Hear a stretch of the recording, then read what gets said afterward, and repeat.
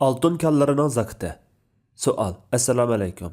Altın kallarının zakıtı qaysi ölçemde beriladi? Zakat ayrışda yer ijarisi, işçilarning maaşı ve altın qazish, çayqash uchun qilingan chiqimlar qandaq hisoblanadi? Kan uchun salgan sarmoya, uskuna va naqd mablag'ning zakatichi. Zakat yilda bir qatim berilamdi yoki har kun yoki oyda chiqqan oltinga udulliq berilamdi? Tushuntirib qo'yishingizni so'rayman. Javob. Va alaykum assalom va rahmatullohi va barakatuh. Barliq hamd sanolar Janobi Allohga bo'lsin. Durud va salomlar payg'ambarimizga, u zotning oila tavobatlariga, ashablariga va u zotga toki qiyomatgacha ergashganlarga bo'lsin. Zamindan yoki dengizdan oltin, kumush, temir, qo'g'ishon yoki mis qatorliq turli madan va boyliqlar chiqarilsa, uning zakatini ayirish kerak.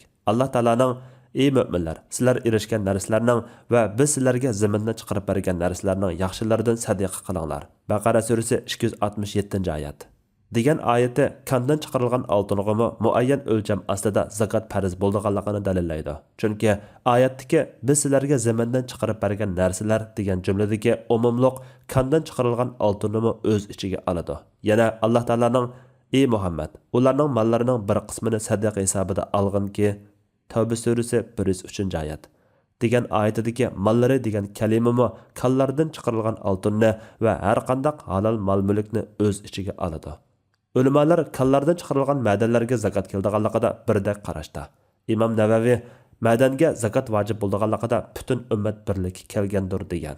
Kallardan chiqarilgan madanlarga qaysi miqdorda zakat ayrildi? Imom Buxoriy va Imom Muslim sahihlarida Abu Hurayra radhiyallohu anhu dan rivoyat qilgan bir hadisda Rasululloh sallallohu alayhi vasallam qazilma bayliqqa 5dan 1 zakat keladi degan. Bu hadisdagi qazilma bayliq iborasi qazvalangan dafni mol-mulkni kandan chiqarilgan oltin kumushnimi o'z ichiga elish ehtimolligi bor bo'lib, olimlar bu hadisning dafni bayliqlarni o'z ichiga oladiganligida va uninga 5dan 1 zakat ayirish kerakligida ittifoq bo'lsa-mu, kan bayliqlarni o'z ichiga elishida o'xshamagan qarashlarda bo'lgan. Kanchi zakat ayirishda tuvandagi ikki qarashning birini tanlab ish tutsin bo'ladi. Birinchi, Hanafi mazhab qarashida kan bayliqlarimi dafni bayliqlariga o'xshashla bu hadisning ichiga kiradi va uninga 5dan 1 zakat ayirish kerak bo'ladi.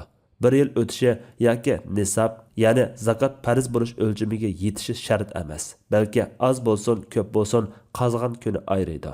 Bu qarashga asosan har kuni yoki qulay bo'lmasa har hafta yoki har oyda qazilgan oltin qimmatidan chiqim va xarajatlarni chiqarib o'tib, qolganiga 5dan 1 zakat ayirish kerak. Buni amaliy o'rnakda mundaq tatbiqlaymiz.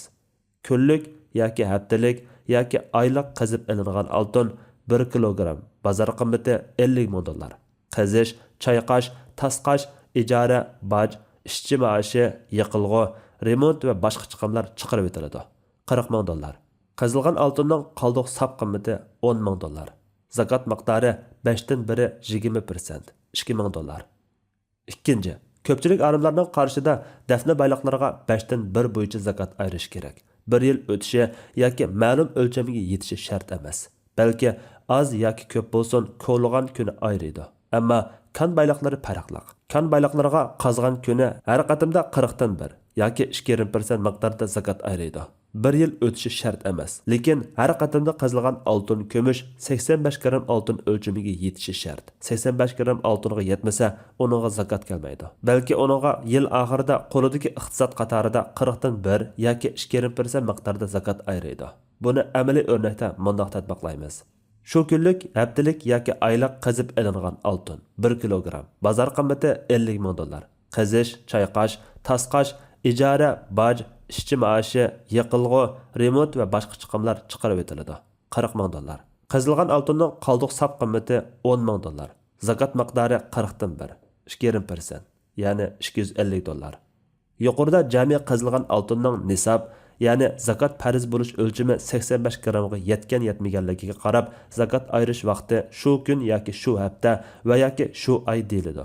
Nisob, ya'ni 85 gram o'lchamiga yetgan yetmaganligini bekitishda bir qatim va uningga ergashtirib orqama-orqa to'xtamay qazish muddati asos qilindi. Ishchilarni yoki uskunlarni aram oldirish soatlari yoki uskunlarni remont qilish uchun ish to'xtatish bir qatimni o'zib qo'ymaydi. Qazish ishi qachonki to'xtasa, to'xtagan chaqda qazib elinib bo'lgan jam'iy oltin 85 gramdan oshgan bo'lsa, andan zakat ayriydi. Masalan, bir kanda belgilik ish soatlari doirasida bir hafta to'xtamay qazish elib berib, hafta oxirida bir kun dam oladigan bo'lsa, shu bir hafta ichida qazgan oltin 85 grammdan oshsa zakatga ayriladi.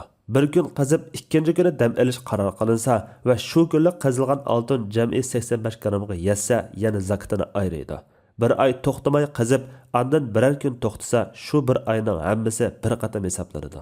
Ya'ni har bir qatim muddatida bir hisob qilib, zakat o'lchamiga yetgan-yetmaganligiga qarasa bo'ladi. Kan bayliqlarida 1 yil o'lchami qilinmasligining sababi 1 yil pulning aylanib avish uchun bekitilgan bo'lib, kan bayliqlari ziroat va meva hosullariga o'xshash biroqla qo'lga kiradi. Shunga 1 yil o'tishi shart qilinmaydi.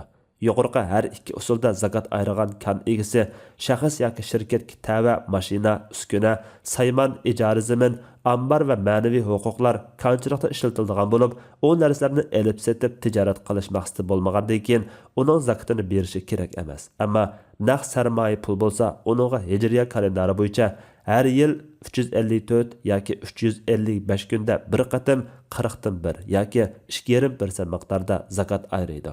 Ba'zi olimlar qazilgan bayliq ko'p, chiqim az bo'lgan ahvolda 20% degan qarash bo'yicha, qazilgan bayliq az, chiqim ko'p bo'lib ketgan ahvolda 2,5% degan qarash bo'yicha ish tutishni to'g'ri topgan.